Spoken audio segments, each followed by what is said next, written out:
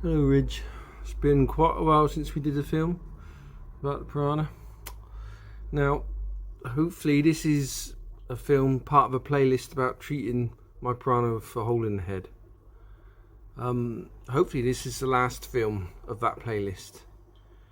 It's been quite a while. I tried quite a few medications. He had hole in the head, but feeding okay, feeding well. But the other two, all of a sudden, after I've been doing loads of different medications, but then they went off their food. And I tried other medications, one at a time, over time. But those two end up passing away. So they went off their food, I think, because of the parasite. All of a sudden, just started to stop eating. And he was okay. He was still swimming around with holes in his head.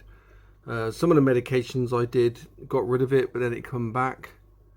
But then those two got bad and ended up passing away because they just wouldn't eat. And I tried different medications, none of it worked. And then all of a sudden, when they'd gone, Reg went off his food as well. And that's I thought, oh no, here we go again. So I tried some other medications, that didn't work. And then at the end, he'd been without food for a couple of weeks. And then I tried this, which is meant for internal parasites, for like flower horns. So I tried that. It's a 5-day treatment. Thing is, you have to get it into the stomach using this. Problem was, not big enough, not long enough, especially when you think piranha teeth and your fingers were really close. The first couple of days I did the treatment, I just wasn't getting it into the, I wasn't getting all of it. I think some of it went in the stomach, but a lot of it was coming up out the gills. So I had to get closer. And in the end, I used this. And that worked really well. So I could suck up the medication and I could put it to the back of his throat.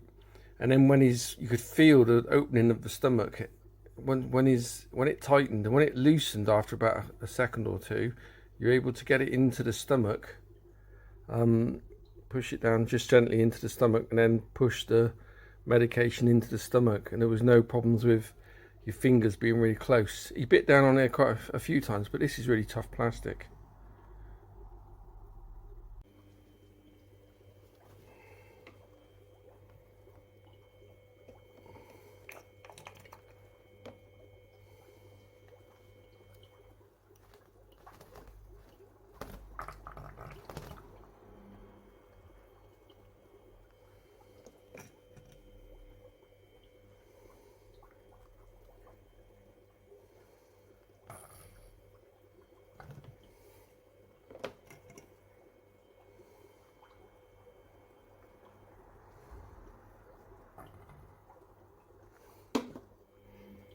So I was able to get down. I think that was the third day.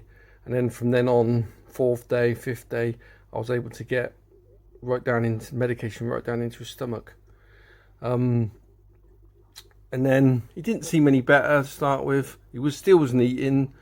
So I sort of gut fed him to start with. I dropped little bits, I held him and I dropped little bits of fish to the back of his throat. And then I used that again, just to gently push it down into his stomach. You know, and he sort of brought some of them up, but a lot of them stayed down there. And then after that, after a couple of days, he actually started eating himself again. And he's full of beans now. So much so, he's been biting bits off the bleeding sponge filter. Look, he's been biting bits off the sponge filter. He's so full of beans. But the others are gone, unfortunately. But that seems to work well. One of the holes in his head is closing up now. Hopefully it'll stay away. But that brought him back from he hadn't ate for anything for 2 weeks, and then I did this treatment for a week. So that's 3 weeks he hadn't eaten. And then he spent another couple of days not eating until I gut fed him. And then he started eating then. So hopefully this is the last film of Reg treating the piranha for a hole in the head. Hopefully.